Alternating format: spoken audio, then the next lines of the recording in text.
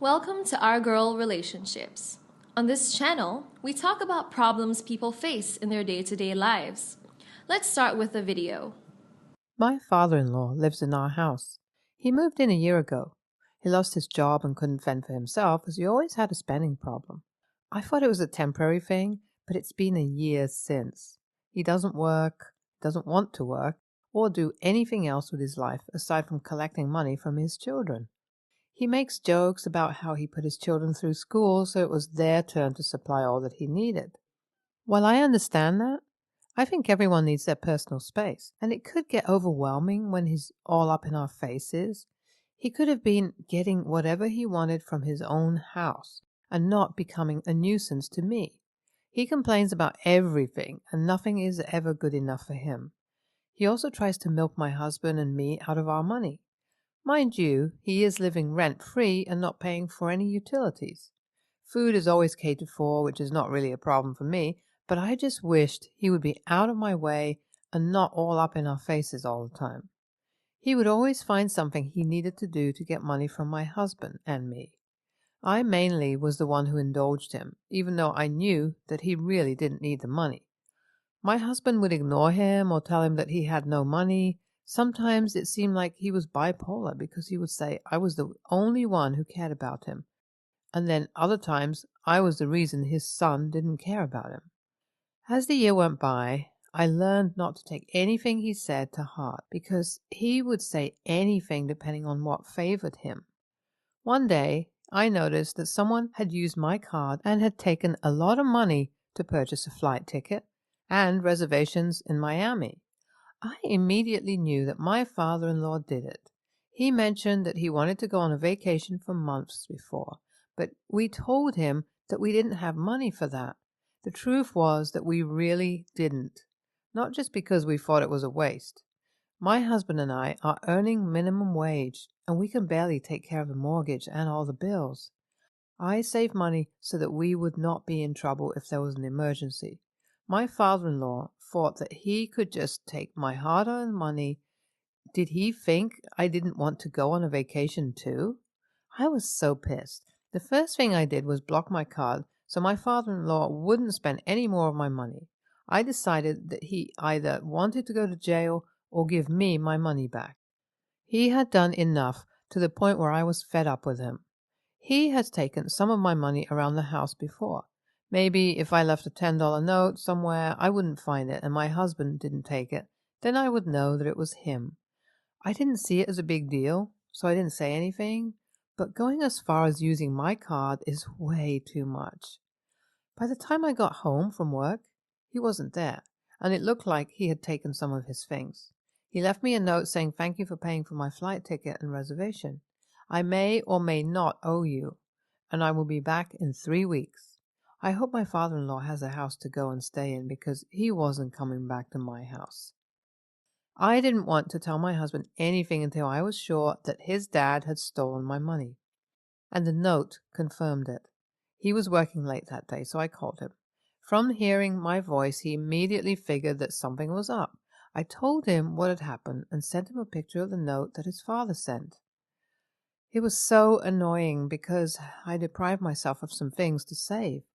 My lazy father-in-law, who feels entitled and refuses to work to earn his own money, takes it. I knew he wasn't planning on paying it back because he couldn't afford it.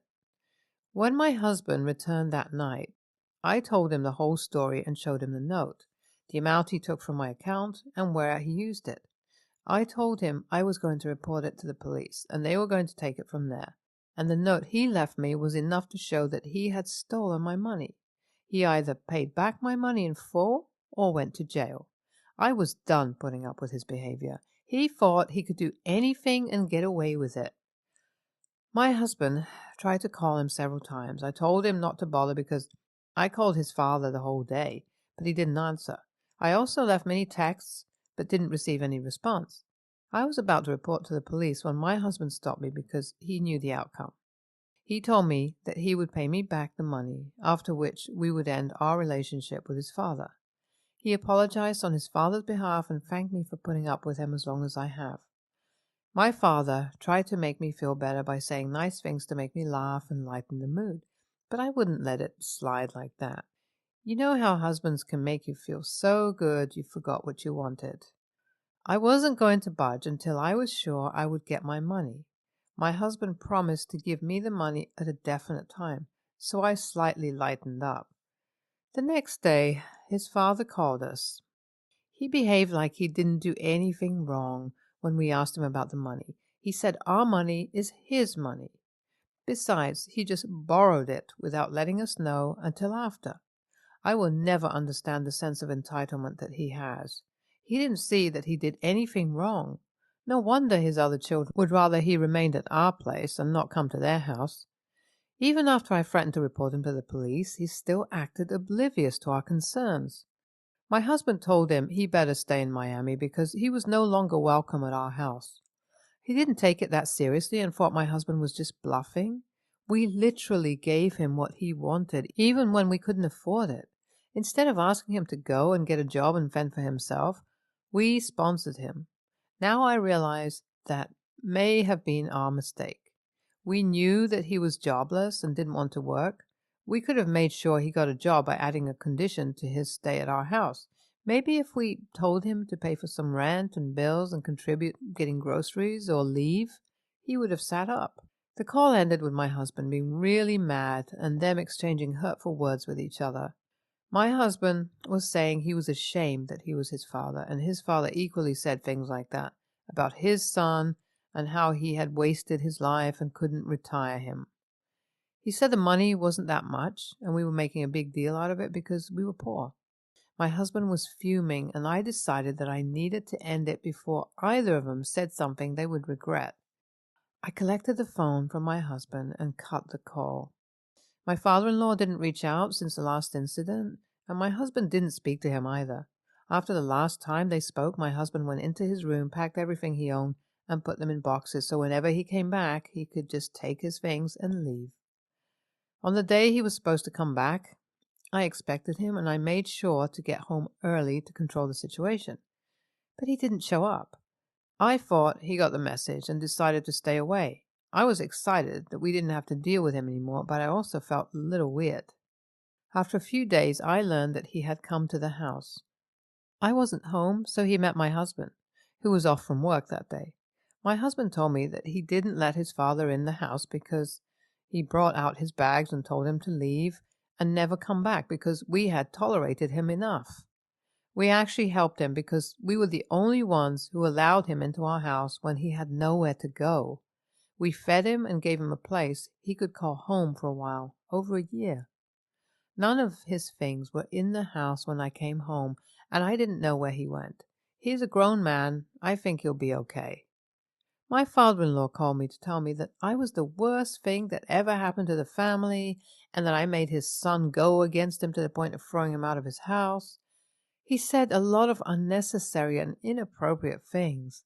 My husband was the one who did all the talking since my father-in-law stole my money because I let him handle it.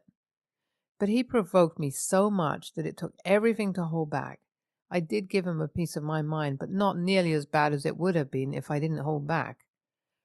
I was very frank in my communication with him and told him that he had overstepped his boundaries. He had no right to use my card and behave like it was no big deal.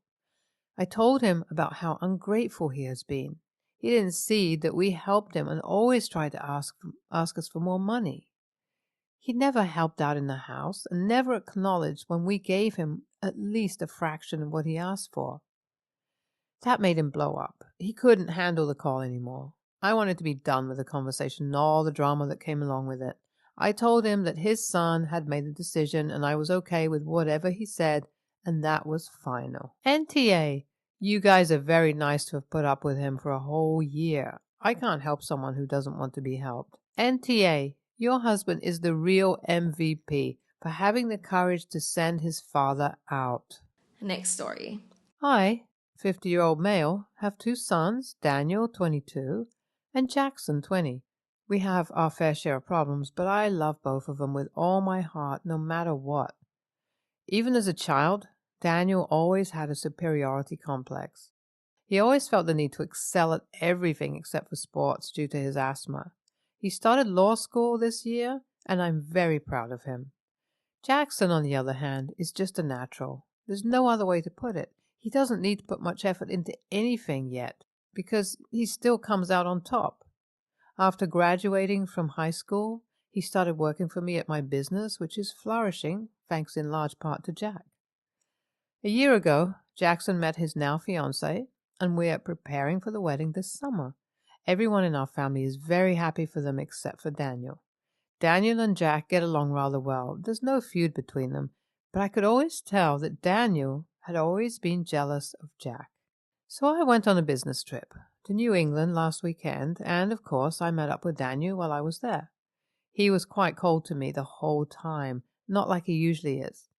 After a while, I asked him what was wrong, and he told me that he hadn't taken it lightly that my wife and I were going to pay for Jack's wedding and that we were going to help them out with buying their house as well. I was taken aback. I told him that his mother and I will do the same thing for him as well when it's his time to get married. Daniel told me that it is disgusting that we're paying for the wedding, but not for his tuition. I told him that it was his decision to go to an Ivy League school, an even more expensive law school, not ours. He accused me of favoring Jack, but I was having none of it. I told Daniel that he should get over that Jack is naturally more apt to life than he is, and frankly, he should be thinking about settling down, as he keeps jumping from relationship to relationship. Daniel had a lot of girlfriends, but none of them lasted longer than half a year. He said that I've just admitted to preferring his brother. I couldn't take it anymore and told my son to calm down, think about how silly he's behaving, and I'll pay for his ticket if he wants to come down south for dinner on the weekend and leave. It was hard, but he needs to start accepting reality. He's becoming rather self-centered. I don't want to lose him, but I feel like he keeps pushing us away from him. It's not healthy. I told my sister about it, Daniel's godmother, and she thinks I'm an a-hole for talking to Daniel like that. Honestly, the only thing that might have made me the a-hole is that I told him that Jack is simply a natural when he might have taken the wrong way. But he needed to hear that. So, AITA? How is Jackson simply better at life? He's working for Daddy? Don't get me wrong. There's nothing wrong working for a parent, especially since Jackson seems very competent. But don't disguise nepotism as being better at life. YTA. Daniel got into an Ivy League college, so he's hardly a failure. Jackson gets handed a career and has his wedding and part of his home paid for, and you don't contribute towards Daniel's tuition? Are you trolling us? Getting into an Ivy League law school is more of an accomplishment than getting a job at Daddy's business. It sounds like Jackson is just one of those people who gets by on charm alone, and Daniel is intelligent and works for what he wants rather than expecting it to be handed to him. You absolutely are favoring Jackson over Daniel, and I'm sure it's not just an isolated incident. YTA. Next story. So, my brother and his ex-wife separated last year, and they finalized everything in their divorce recently. They have a 6-year-old son together, and I noticed my brother hasn't really been a part of his son's life since the separation, the way he used to, and when I had asked him about it, he said that she has full custody, and that's that. Since our family all have kids around the same age, we always throw big parties for them, where we rent out a space and hire different forms of entertainment. We usually do this every summer and once during the school year.